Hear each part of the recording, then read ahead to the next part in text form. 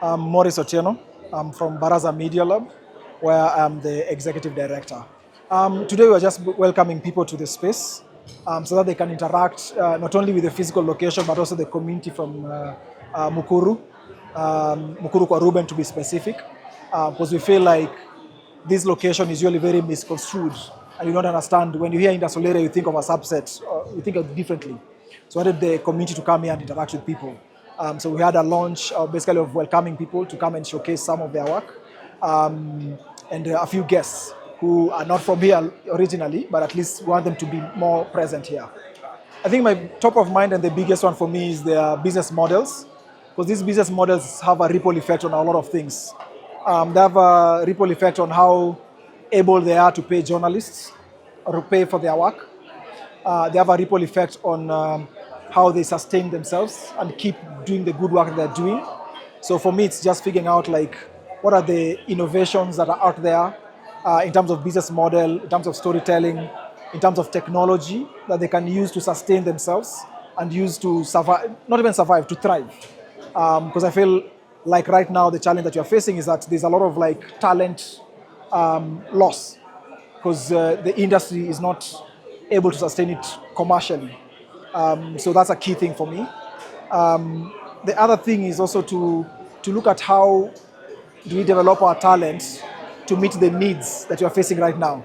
Right now we have a younger generation, we have a more well-informed generation because of thanks to social media platforms.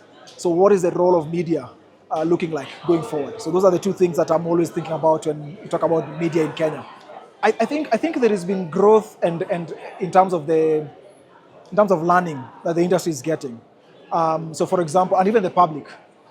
So for example, media has always worked to inform the public and inform them impartially. But you're finding like that role has gone. That role is now no longer media work in terms of informing them because they already can find that information. And it has accelerated so fast thanks to social media, but also to technologies like AI.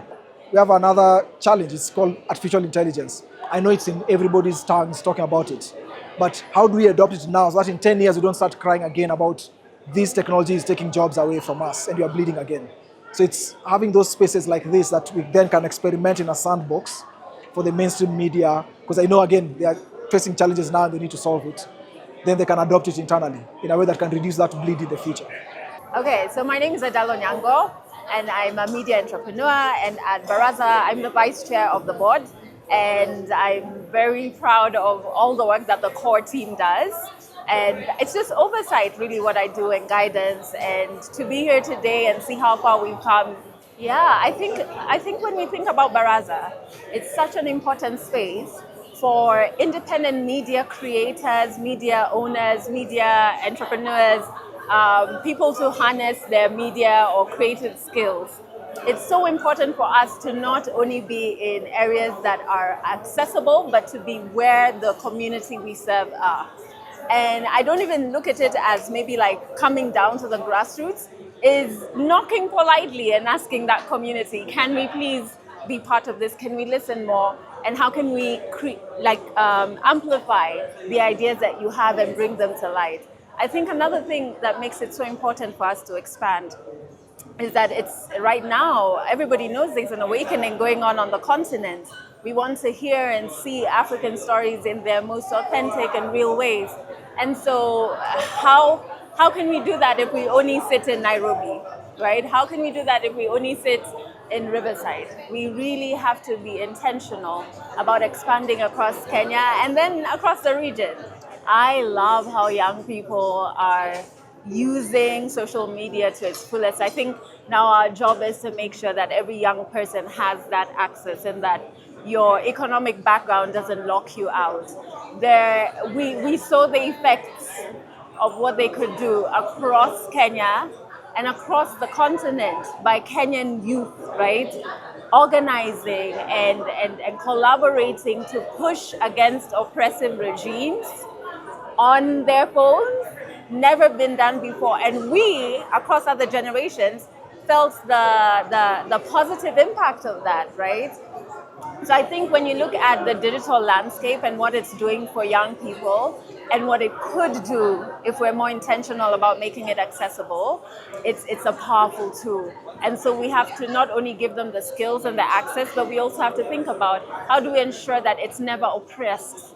How do we ensure that that voice and that ability for Kenyan youth to collaborate with youth in Ghana, to collaborate with youth in Togo, right? You saw all of these young Gen Z movements collaborating with each other. How do we make sure that we keep that sacred and we keep, we ensure no oppression or oppressive policies come into that space? I'm Nelmo Munyiri, better known as Nelmo New Song. I'm a recording and performing artist. We are currently at Baraza Media Lab, industry area. Lakini leo nimepea nickname, nikasema Mukuru. I'm from Mukuru Youth Initiatives. So Mukuru Youth Initiative is an art-based organization that works with young people and artists to create a platform for them, but also to amplify some of their work by making sure that we create a space where they can come, interact, engage, perform their work, and also linkages with opportunity outside the community. Actually, we don't have a specific membership because for us, it's an open space. Anyone can join, anyone can be. So what we do is that when we hold events, we look at some of the artists we want to work with.